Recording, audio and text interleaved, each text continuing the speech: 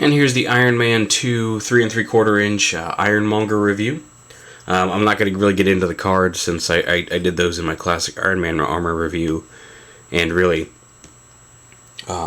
there's nothing really new here. There's a picture of Iron. One thing I will say about Ironmonger's cards is that they painted him like this really kind of blue color, which on the toy itself there is kind of a faint bluish tint to a lot of these armor panels, but I mean it's a very, very faint. It's more of a kind of a bluish silver metallic gray kind of color. It's a very, very small hint of blue on the movie version. Now, in the original comics, the Ironmonger armor looked different than this and was in fact like this dark color blue.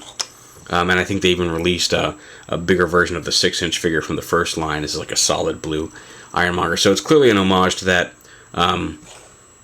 But I don't know why they went with blue on this, such a dark blue on this movie figure. But what are you gonna do?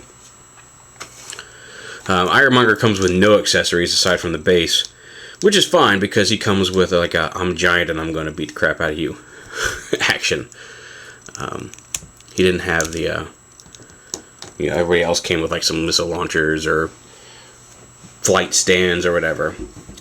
But he does have all the posability of the smaller figs. His head gets a little limited by the armor, but it does have a pretty decent range of motion from side to side, and it was pretty much how it was in the movie too. He's got the hinge elbows, rotating wrist.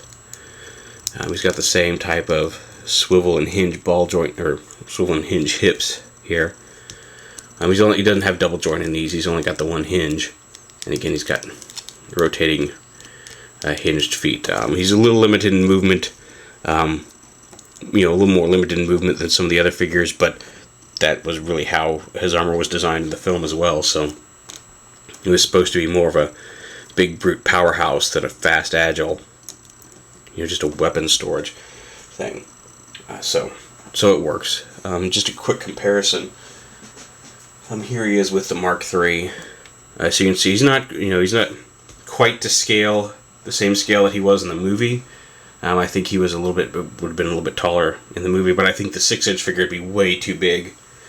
And maybe I'm wrong about that, but so he's not quite as overly large compared to Tony as he was in the film, but still you can see considerably heftier and bigger, even in this 3 3/4 inch form.